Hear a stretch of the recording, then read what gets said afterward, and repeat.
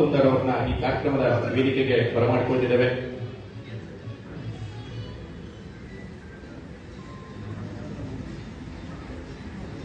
ಇಲ್ಲಿ ಸ್ವಾತಂತ್ರ್ಯ ಸಂಗ್ರಾಮ ಮಾಡಿದ್ದು 100 ವರ್ಷಗಳಿಂದ ಸ್ವಾತಂತ್ರ್ಯ ಬೇರೆ ಬೇರೆ ನಾಯಕರು ಬೇರೆ ಬೇರೆ ರೀತಿಯಲ್ಲಿ ಮಾಡ್ತಿದ್ರು. ಆದ್ರೆ ಮಹಾತ್ಮ ಗಾಂಧಿ ಅವರು ಬಂದಾಗ ಅವರು ಮಾಡಿದಂತ ಪ್ರಥಮ ಕೆಲಸ ಏನಂತ ಹೇಳಿದ್ರೆ ಈ ದೇಶದ ಮೂಲೆ ಮೂಲೆಗೆ ಸಂಚಾರ ಮಾಡಿ ಜನರ ಕಷ್ಟ ಸುಖ ಏನಂತ ಅರಿತು ಮತ್ತೆ ಅವರು ರಾಜಕೀಯದ ಒಂದು ನಾಣ್ಯವನ್ನು ಹೊರಡಿಸಿದರು.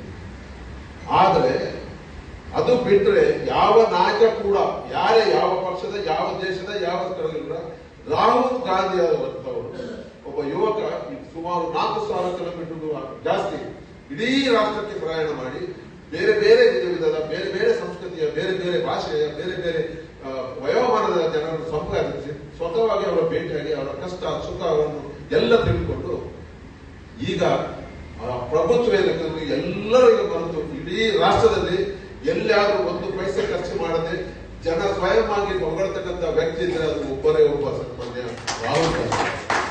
ಬಹುಶಃ ಇದು ಅವರ ಕಠಿಣ ಪರಿಶ್ರಮ.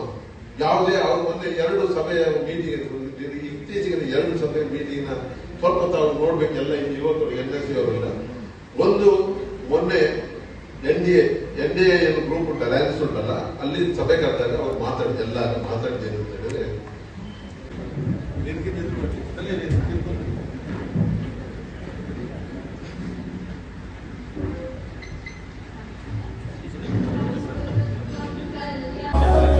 ನಾನು ವಿಚಾರ ಬಗ್ಗೆ ನನಗೆ ತಿಳಿಸಿದ್ರೆ ಯಾರು ನಂಬಲಿಲ್ಲ. ಇವತ್ತು ನನ್ನ ಪಕ್ಕ ಇಲ್ಲಿ ಅಖಿಲೇಶ್ ಯಾದವ್ ಅವರು ಕೂತ್ಕೊಂಡಿದ್ದಾರೆ.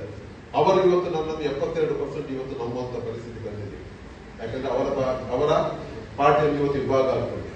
ಮಮತಾ ಬ್ಯಾನರ್ಜಿ ಸಹೋದರಿ ಅವರು ಇವತ್ತು ನನ್ನ 90% ನಂಬುವಷ್ಟು ಮುಟ್ಟಿದ್ದಾರೆ ಅವರು. ಯಾಕಂದ್ರೆ ಅವರ ಪಕ್ಷ ಇವತ್ತು ವಿಭಾಗಕ್ಕೆ ಅವರನ್ನು